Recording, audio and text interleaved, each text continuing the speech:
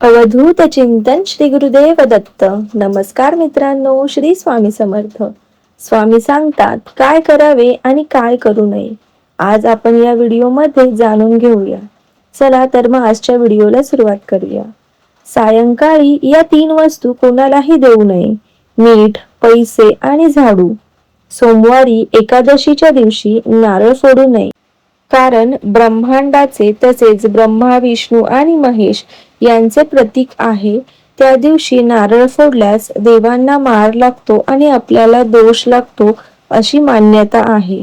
आपल्या दारात जर गाय आली तर तिला पोळी, अन्न, गूळ नक्की द्या, कारण गाय आपले दोष, संकटे दूर करते. आपल्या घरातील शिळे अन्न कुत्रा किंवा मुक्या जनावरांना जरूर द्या.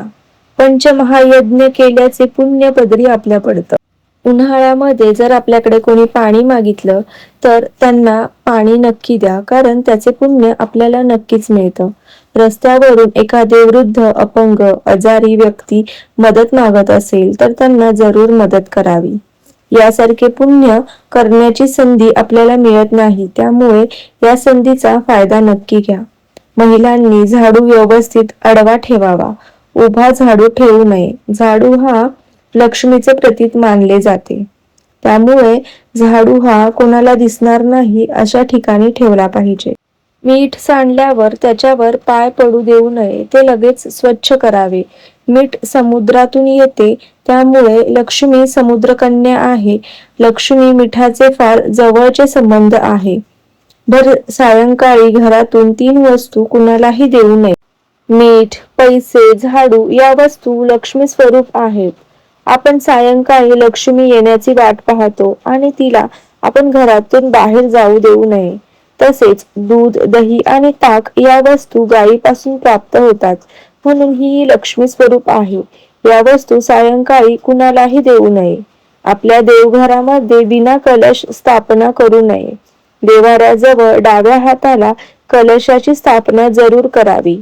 नारळ सोलून कलशावर ठेवावा. त्याची शेंडी थोडी मोठी ठेवावी.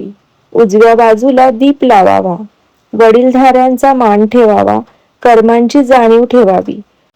कुणी आपल्याला मदत केली तर विसरू नये. कुणाशीही कट कारस्थानाने वागू नये. या पद्धतीने थोडेफार नियम पाळून जर आपण वागलो तर बाकीच्या नियमांचे आपोआप आपल्याला सवय लागेल.